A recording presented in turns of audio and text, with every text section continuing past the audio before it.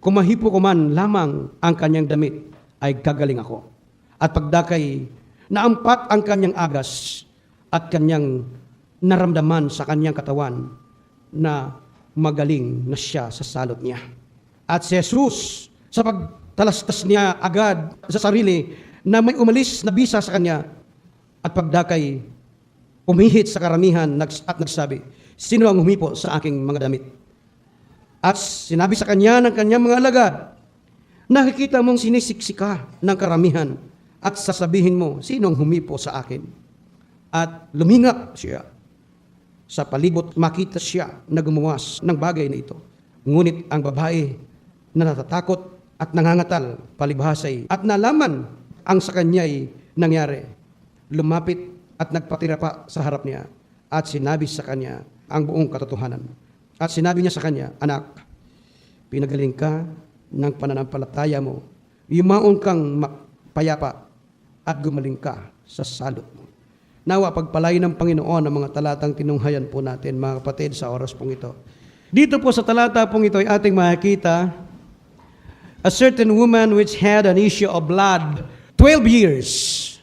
Mahaba na pong panahon na siya po ay may bleeding.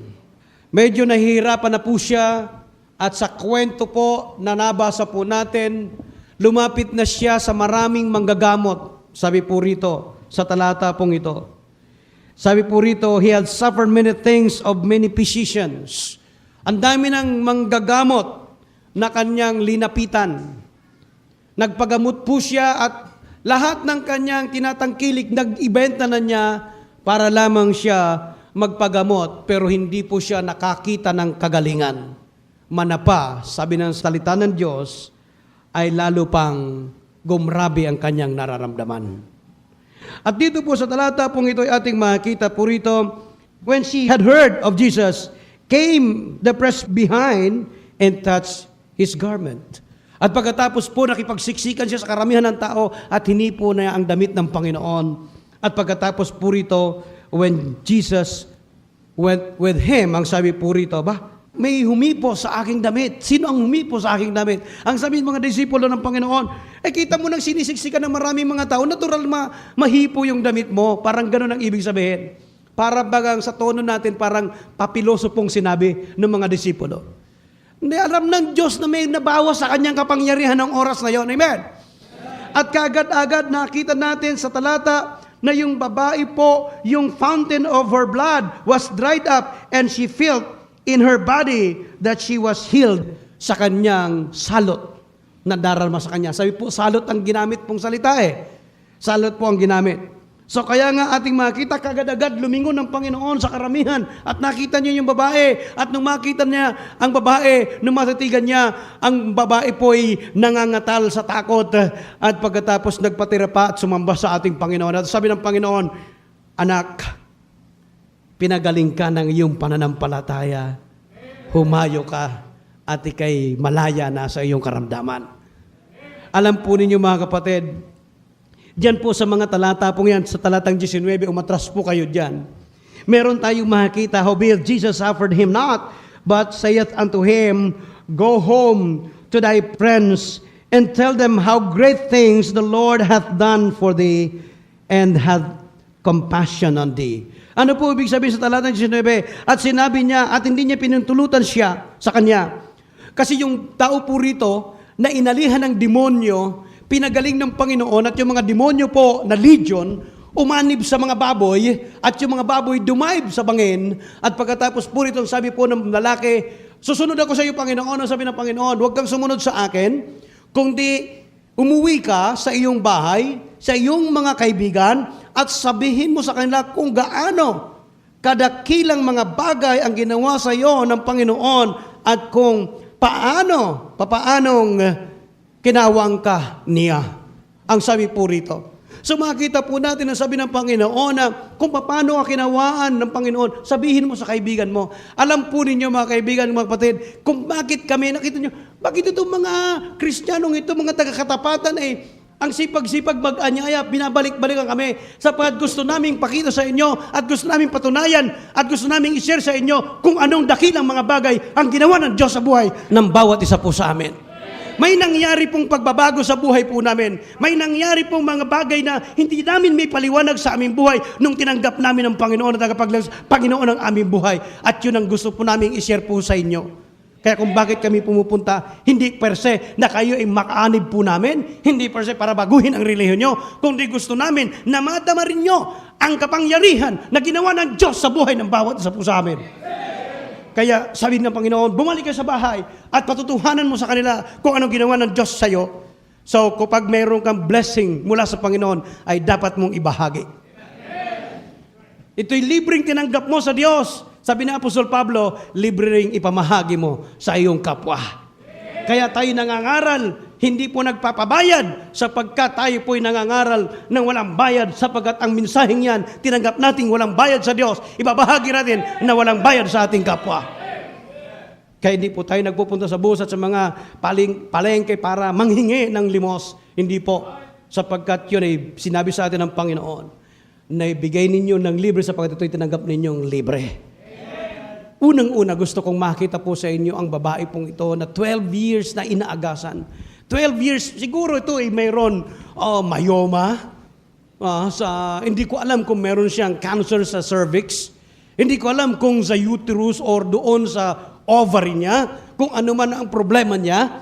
Pero ang issue rito, 12 years na po siyang dinurugo. And 12 years, siguro yung hemoglobin niya, siguro yung platelets niya, siguro yung hematocrit niya, ibig sabihin yung red blood cell niya, bumaba na. Sapagkat dinurugo siya, deliresyo ang kanyang pagbibled. In 12 years, ngunit ang salita po rito, makikita po natin, anak. Hindi siya tinawag ng Panginoon babae, hindi siya tinawag ng Panginoon ale, hindi po siya tinawag na gano'n, kundi ang sabi niya, daughter, anak. Amen? Kapatid, ikaw at ako ay anak ng Diyos. And you should not feel alone because you have Father in heaven. Kapatid, huwag kang dapat malungkot at parang nararamdaman mo na wala nang kumakalinga sa iyo. Tandaan mo mayroon Ama na nasa langit na kumakalinga sa bawat isa sa atin. Ang ganda sabi niya, anak. Pangalawa, ang sabi niya, your faith had healed you. Ang iyong pananampalataya ang nagpagaling sa iyo. Amen? Ang iyong pananampalataya ang nagpagaling sa iyo. Mga kapatid, tingnan po natin kung ano nangyari sa babae pong ito. Mga kapatid, hindi po siya naniwala sa tradisyon. Naniwala siya sa kapangyarihan ng Diyos. Sa pamagitan ng paghipo, sapagkat ang sabi ng talata, pagkahipo niya, kagad-agad naramdaman niya ang paggaling. Sapagkat sinabi niya sa sarili niya, mahipo ko lang ang laylayan ng damit ng Panginoon. Ako'y gagaling. Mahipo ko lang ang laylayan. Ibig sabihin niya po ay gumaling, hindi dahilan sa laylayan ng damit, hindi dahilan sa damit, kundi ang sabi ng Panginoon, anak, pinagaling ka ng iyong pananampalataya.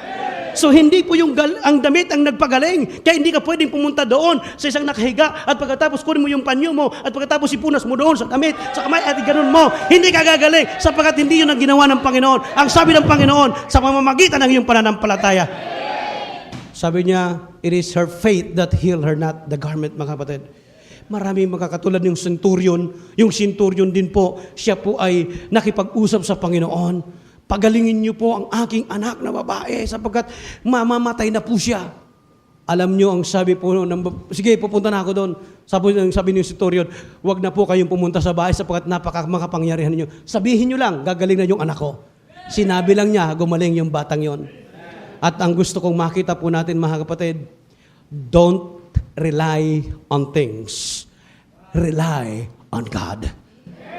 Huwag kang didepende sa bagay, dapat dumipende ka sa Diyos. Bakit po? Sapagkat ang mga bagay-bagay nito ay hindi ang nagpagaling sa babae, kundi ang sabi ng Panginoon, pinagaling ka ng iyong pananampalataya. Ang nakalulungkot sa ating mga kababayan, nagsisipag, tiwala sa mga bagay-bagay, hindi sa Diyos. Sabi niya, itong kahoy na ito, kapag hinipo mo, ito ay gagaling ka. Isipin mo, at pagkatapos sasabihin pa, kapag nagdasal ka sa mga butil-butil na ito, at paulit-ulit mo, gagaling ka, wala ho doon ang kapangyarihan. Wala doon sa krus ang kapangyarihan po, kundi doon sa napako sa krus ng Kalbaryo ang siyang nagpapagaling sa bawat isa po sa atin. Dapat makita natin yung kapangyarihan. Sabi ng Panginoon, go in peace. Humayo kang mapayapa. Sapagkat ang kanyang karamdaman ay pinagaling na. So, ano ibig sabihin po? Wala po siyang guilty feeling na nahipo niya yung damit ng Panginoon. Nadadumihan o anuman mga bagay. Bakit po? Sapagkat ang kanyang itinaas ay ang Panginoon. Ang kanyang tiwala ay nasa Diyos na may suot ng damit pong yon. Nasa Diyos. Mga kapatid, ikaw man at ako, kapag ang ating pagtitiwala ay nasa Diyos, binibigyan tayo ng garantiya ng Diyos na tayo may kapayapaan. Sa likod ng gulo ng mundong ito, kapag tayo po ay nagtiwala sa Diyos, tayo po bibigyan ng kapayapaan ng Panginoon. At ang kapayapaan pong ito ay hindi po manggagaling sa kapirasong panyo. Na iiwawagayway natin at tayo gagaling. Na yung panyo, kapag masakit ang ulo mo, ipapato mo sa ulo mong ganyan at mamaya gagaling ka na. O di kaya yung panyo na ito na may mga pangalan dito at may mga ilalagay-lagay mo dyan at gagaling ka na. Hindi ganon. Huwag tayo magtiwala sa bagay, kundi magtiwala tayo sa kapangyarihan ng Diyos. Sapagkat ang Diyos ang nagpapagaling po sa bawat isa po sa atin. Problema sa mga tao, masyadong superstitious. Tumunog sa bintana yung butiki, ay may pera tayong darating. Tumunog laang. Nangati yung palad, ay may perang darating. Ay hanggang ngayon ay mahirap ka pa rin. Huwag kang magwawalis sa gabi at inilalabas mo yung swerte. Eh hanggang ngayon, mahirap ka pa rin eh. Di ba? Wala ho. Wala tayo doon. Ang nagpapayaman po sa atin at nagpapasagana sa atin ay ang Diyos. Wala doon sa kasabihan. Wala ho doon sa anumang bagay. Oo. Alam po ninyo, kung mababasa po ninyo at pag-aralan nyo maigi yung talata, napakakapal ng taong sumusunod sa Panginoon. At sinisiksik siya ng napakaraming tao. Kaya yung babae po'y nakipagsiksikan at pumunta doon sa likuran ng Panginoon para lamang makahipo doon sa laylayan ng damit ng Panginoon. Pero alam mo ninyo, nakita ko rito sa karamihan at libu-libong mga taong nakasunod sa Panginoon, isa lang babae ang gumaling. Nasaan yung ibang nagpapagaling at gustong gumaling po dyan? Hindi po nakatala na sila'y gumaling din. Kundi tanging isang babae, sapagkat yung isang babaeng yon natagpuan ng dakilang pananampalataya sa puso ng Diyos. Nakita sa babae ang dakilang pananampalataya itong babaeng ito, kaya hindi po lahat nagbinipisyo doon sa kapangyarihan ng Diyos nung oras po yon, kahit na napakaraming mga tao nakasiksik sa Kanya, sapagkat hindi nakita natin ang pananampalataya ng iba, na katulad ng babaeng ito. Kaya maraming mga taong lalapit sa Diyos, pero hindi lahat ay pagagalingin ng Diyos sapagkat mismo yung buhay natin ay makasalanan, hindi malinis sa harap ng Diyos. Mismo yung ating puso ay hindi karapat-dapat sa Diyos. Hindi natin masasabi na lahat ng lalapit sa atin ay gagaling. Maging ang ating Panginoong Jesucristo, hindi lahat gumaling. Naunawa ba ninyo? Pero gagarantihan ko na kapag ang lahat ay lalapit sa Panginoon na malinis ang puso at talagang naniniwala sa Diyos at nananampalataya sa Diyos, nagtitiwala sa Diyos, ay gagaling. Kung kalooban ng Panginoon. Jesus can heal them. Ang Panginoon, kaya niyang pagalingin itong mga taong ito nakakalat at nagsiksik siya. Physically, kayang pagalingin ng Diyos. Emotionally, spiritually, because itong crowd pong ito ay dapat nagtitiwala sa Panginoon. Kapatid, maaring hindi ka dinudugo. Literally. Pero physically, emotionally, spiritually, may sakit ka, kanya kang pagalingin ng Panginoon. Physically, emotionally, spiritually, kaya kang pagalingin ng Panginoon. So this woman that her faith made her, talagang siyang nagpagaling sa kanya. So ito ang pagtitiwala natin sa Panginoon. Kung pag tayo nagtiwala ng gusto sa Panginoon, sa Kanya ibubuhos ang kapangyarihan sa bawat isa sa atin. Makinig po kayo. Ang tangi lamang po, na may lubos na pananampalataya sa Diyos, na sumunod sa Kanya, ang nakaranas ng kapangyarihan ng Diyos. Hindi po lahat ng kasama doon sa karamihan ay nakaranas ng kapangyarihan ng Diyos. Sapagkat ang marami sa karamihan na yon, naniniwala ko, nag-i-isyuso lang. Hindi po ba? Nag-i-issues lamang at wala sa puso ang pagsunod sa Panginoon. Alam po ninyo mga kapatid, kapag hinipo ng Diyos ang ating buhay, makinig po kayo, marahil wala kang sakit physically, emotionally, pero sasabihin ko, may sakit ka spiritually, na ngayon ay kailangan mo ang Panginoong Jesucristo. Sabi nga nung kaninang kantang Tagalog, walang nagmamalasakit sa Kanya. Sa English po, no one ever cared for me like Jesus. There's no other friend so kind as He. No one else could take the sins and darkness from me. Oh, how much He cared for me. Kapatid, kaibigan, walang makapagbibigay sa atin ng kapatawaran maliban sa ating Panginoong Jesucristo. Spiritually speaking, walang makapagpapagaling sa atin maliban sa ating Panginoong Jesucristo. Sapagkat siya lang ang daan, katotohanan at ang buhay. Ang sabi ng Panginoon, walang sino man makakarating sa Ama kundi sa pamamagitan ko. Sa mga katuwid, bisita po namin ang kailangan ninyo kung hindi nyo maramdaman physically ang kagalingan at mayroong malakas ka, malusog ka ngayon. Pero sisiguraduhin ko, kapag binuksan mo yung puso sa sandali pong ito, maging sa tagapakinig natin, ikaw, spiritually, pagagalingin ng Diyos. At pag pinagaling ka ng Diyos sa spiritual na kalagayan, mararamdaman mo unti-unti sa iyong buhay na yung lahat ng senses mo, yung 5 po yun, kapatid, ay magbabago. Kaya makikita mo na unti-unting nababago yung buhay mo sapagkat ang Espiritu ng Diyos ay nananahan sa puso ng bawat isa sa atin. Kapag ang Diyos ay nanahan sa puso natin, kapag tayo po ay pinanahanan ng Espiritu ng Diyos, sisiguraduhin ko sa inyo, 100% babaguhin ng Diyos ang buhay ng bawat isa.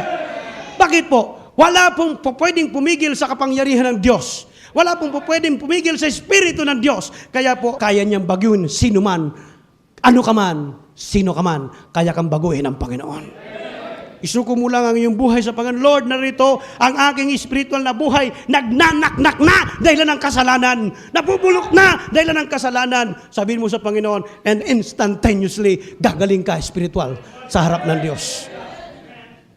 Mga kapatid, kapag tayo nagmuhay na ayon sa Panginoon, bibigyan tayo ng lakas ng ating Panginoon spiritual.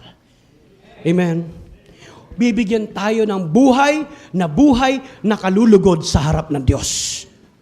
Buhay na mapayapa at nakalulugod sa Diyos. There is only one who has faith na humipo at siya lang ang gumaling. At dapat nating tandaan, kapag tayo gumaling, ang layunin po nito, maluwalhati ang biyaya at pangalan ng Diyos.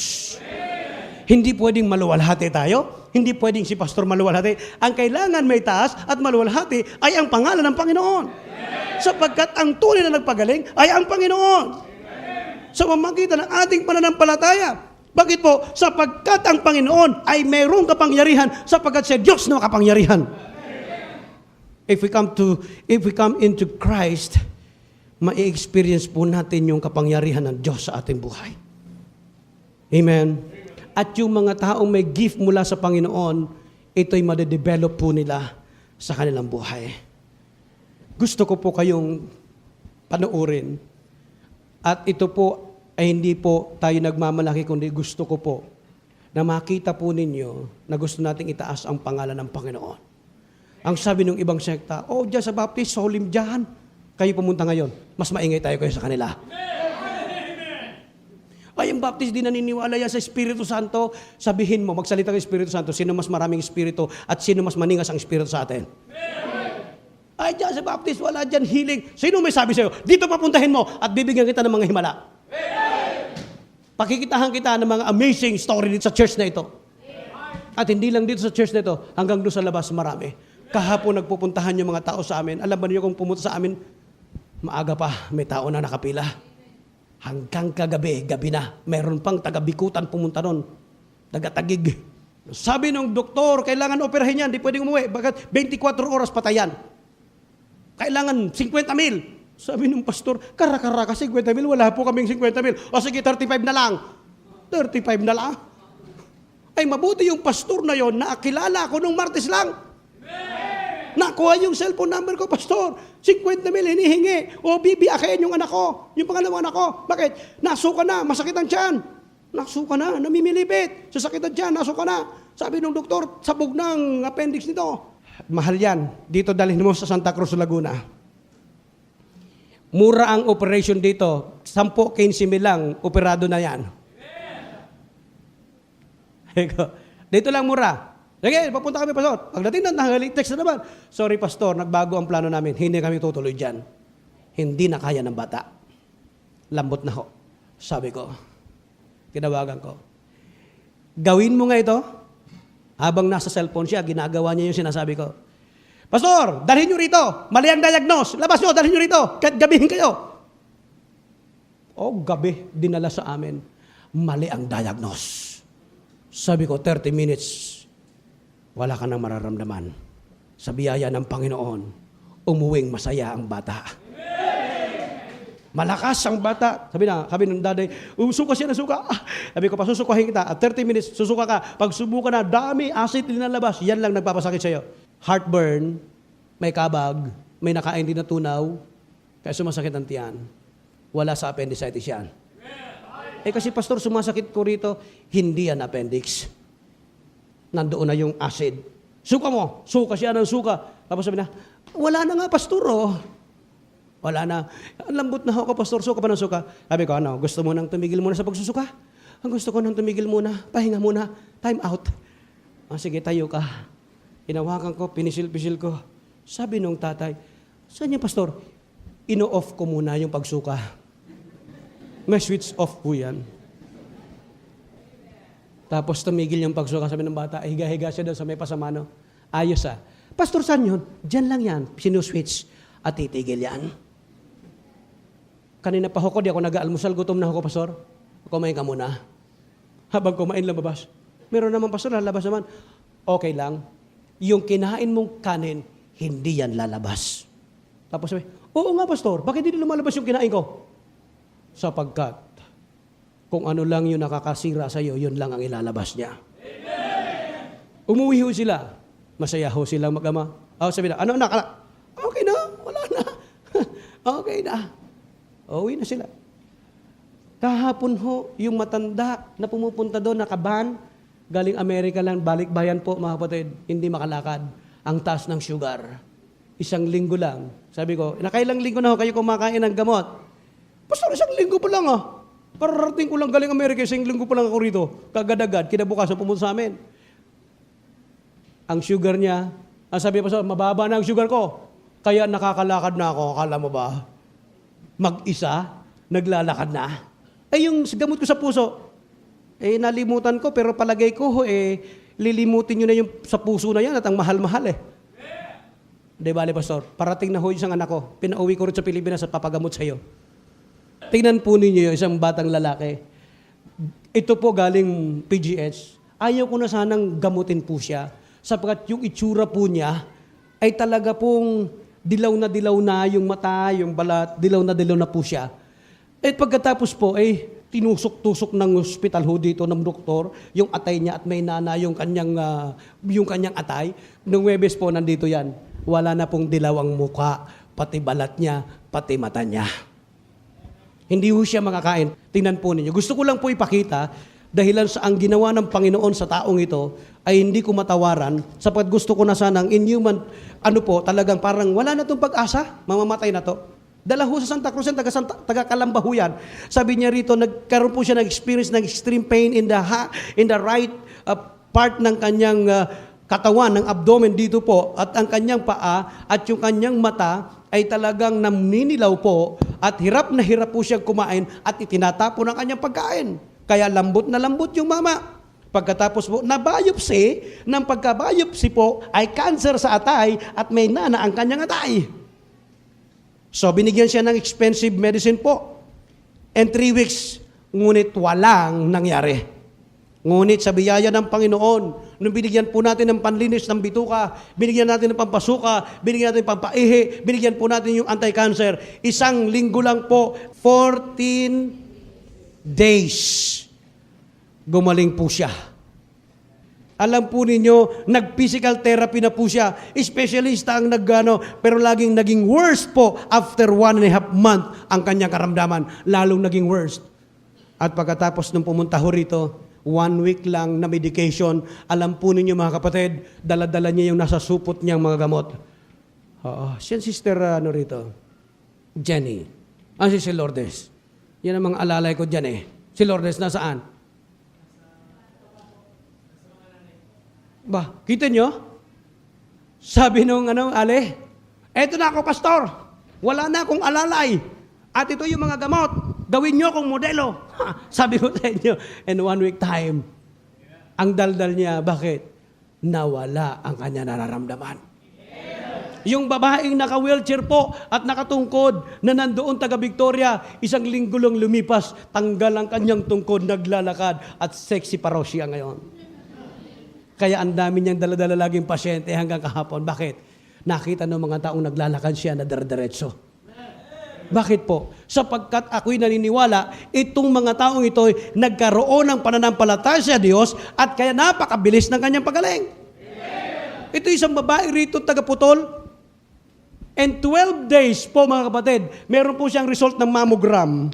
May bukol dito, may bukol diyan, may bukol diyan. And 12 days, nag-disappear lahat ng bukol niya. At yung sugar niya in 5 days, biglang bumagsak. Back to 102 ang kanyang count ng blood sugar. Isipin niyo yung ginawa ng Panginoon sa mga taong ito. Ang dami pa ho dyan. Si Ana, ilagay mo dyan, yung taga Santa Cruz, Mindoro. Alam po niyo, makikita niyo yung taga Mindoro yan. Pag kinausap mo dyan, nung dumating dito, laging dumidigalo at manhid ang katawan because rheumatic heart. Anong sabi ng doktor? Hanggang 4 na taon lang ang buhay mo. Isipin nyo yan. Sa kaunting sandali, iilan lamang po na araw, siya po'y naglakad ng diretso at kinabukasan wala na yung dighal niya. Hanggang ngayon, buhay na buhay. At nung Martes, narito po, nag-seminar sapagkat nagbebenta na siya gamot doon sa Mindoro. Buhay na buhay po yan. Isa pa, para mabilis tayo at ang dami ho niyan. Konti lang ipakita natin sa mga taong ito. Si Lourdes. Nakita niyo ba nung mukhang bangkay siya? Lahat ng buhok lumaglag. Pakitin mo nga yan. Lupus.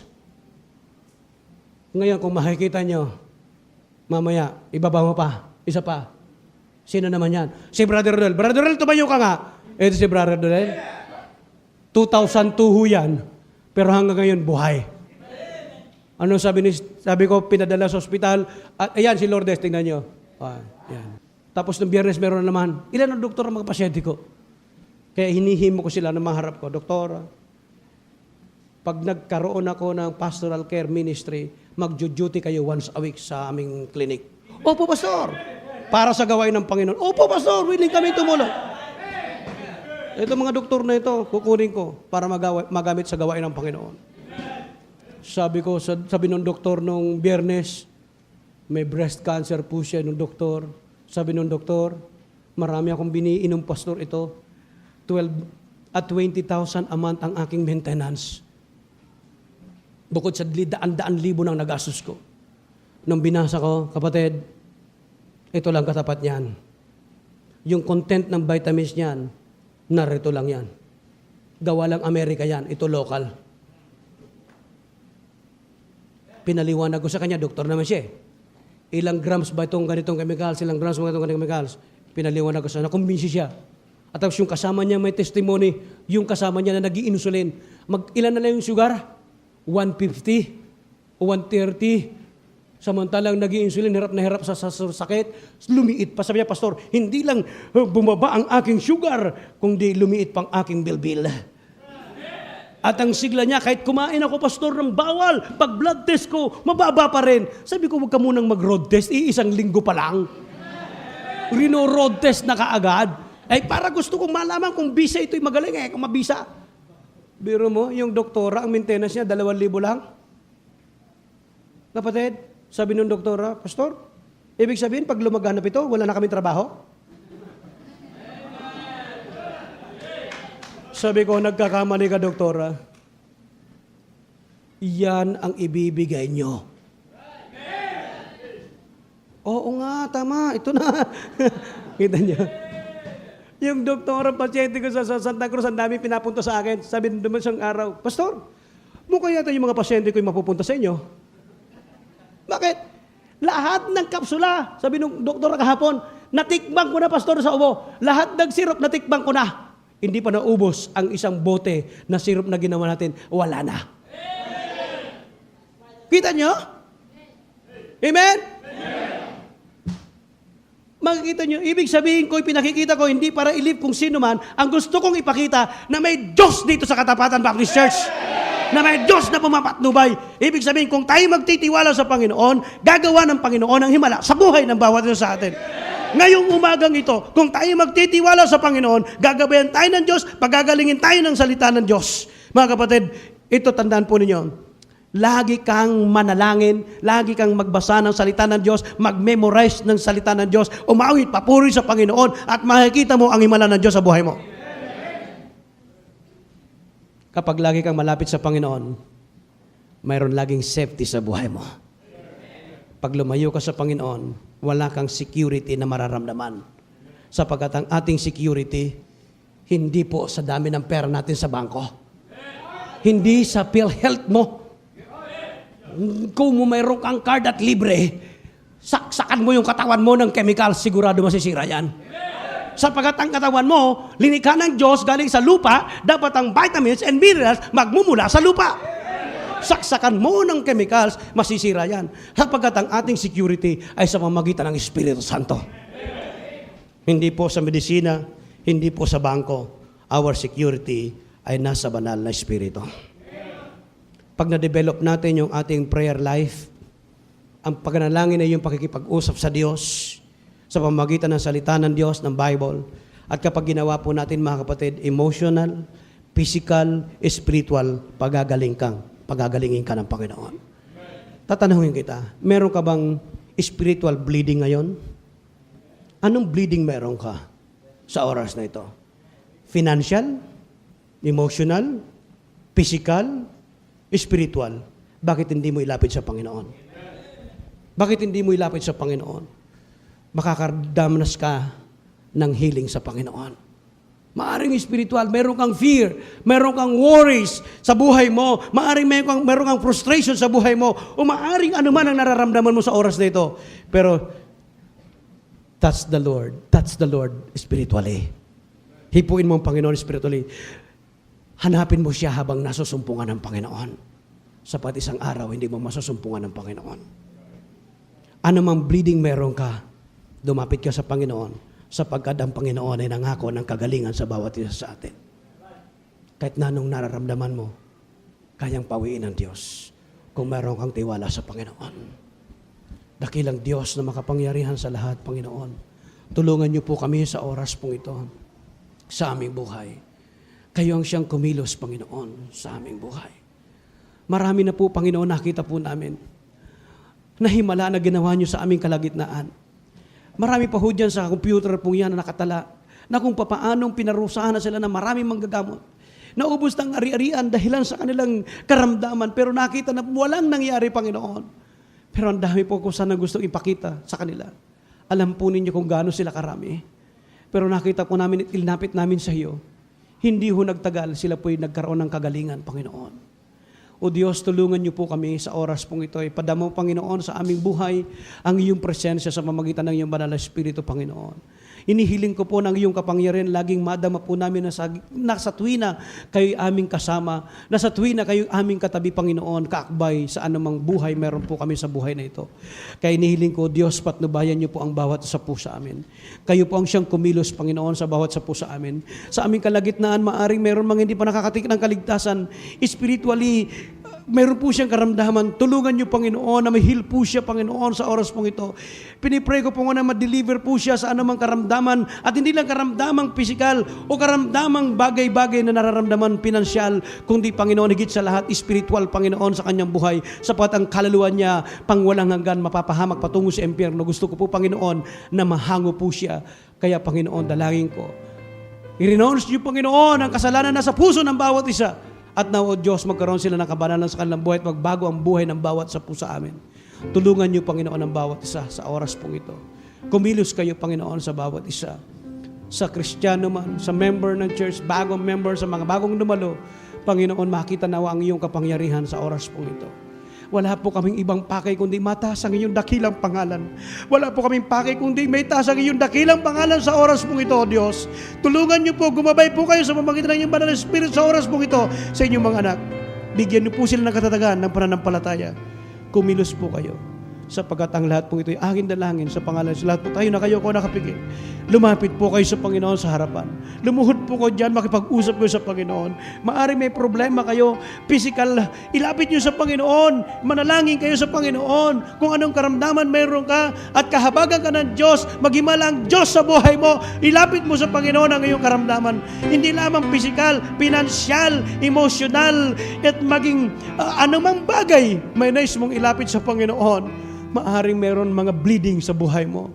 Drain ka o ano man mga bagay. Bakit hindi ka lumapit sa Panginoon sa oras pong ito? At magtamo ka ng kagalingan sa Panginoon. Makipag-usap ka sa Panginoon. Ano bang problema mayroon ka sa buhay mo? Ano bang problema mayroon ka sa buhay mo? Bakit hindi ka lumapit sa Panginoon sa oras pong ito? Meron kang problema? Ano bang problema mo sa Panginoon, sa iyong buhay? Bakit hindi ka lumapit sa Panginoon? Sa mga may karamdaman, bakit hindi kayo lumapit sa Panginoon ngayon at makipag-usap sa Panginoon? Madaman nyo ang kapangyarihan at kagalingan ng Diyos sa inyong buhay. Manalangin ka, yumuko ka at pumikit ka, sabi, Lord, tulungan niyo po ako, gusto ko po magkaroon ng dakilang pananampalataya katulad ng babae pong ito. Kalugdan niyo po ako, biyayaan niyo po ako ng lakas, tulungan niyo po ako. At gamitin niyo po ang mga ginagamit kong medisina na maging kasangkapan sa kalakasan at kalusugan ng aking katawan. Bakit hindi ka lumapit sa Panginoon, makipag-usap ka sa Panginoon sa oras pong ito? Hingin mo sa Espiritu Santo na nagabayan ka, patnubayan ka sa oras pong ito. Bigyan ka ng lakas ng iyong katawan. Bigyan ka ng lakas ng iyong pananampalataya. Bigyan ka ng lakas ng iyong emosyon. Bigyan ka ng lakas na anumang mga bagay upang mag-disappear sa buhay mo, sa isip mo, ang mga negatibong mga bagay. Yung takot, yung pag-aalala, yung kawalan ng pag-asa, maaring nasa puso mo, yung galit, pagkimkim ng galit, at pagtanim ng kung ano-ano man na hindi maganda. I-release mo yan. Ilapit mo sa Panginoon. I-release mo upang magkaroon ka ng kagalingan. Kaibigan, hindi mababago ang buhay mo kung hanggang ang puso mo ay marumi sa harap ng Diyos. I-release mo. Sabi mo, Lord, tulungan niyo po ako. Tulungan niyo po ako. Gabayan niyo po ako, Panginoon. Tulungan niyo po ako.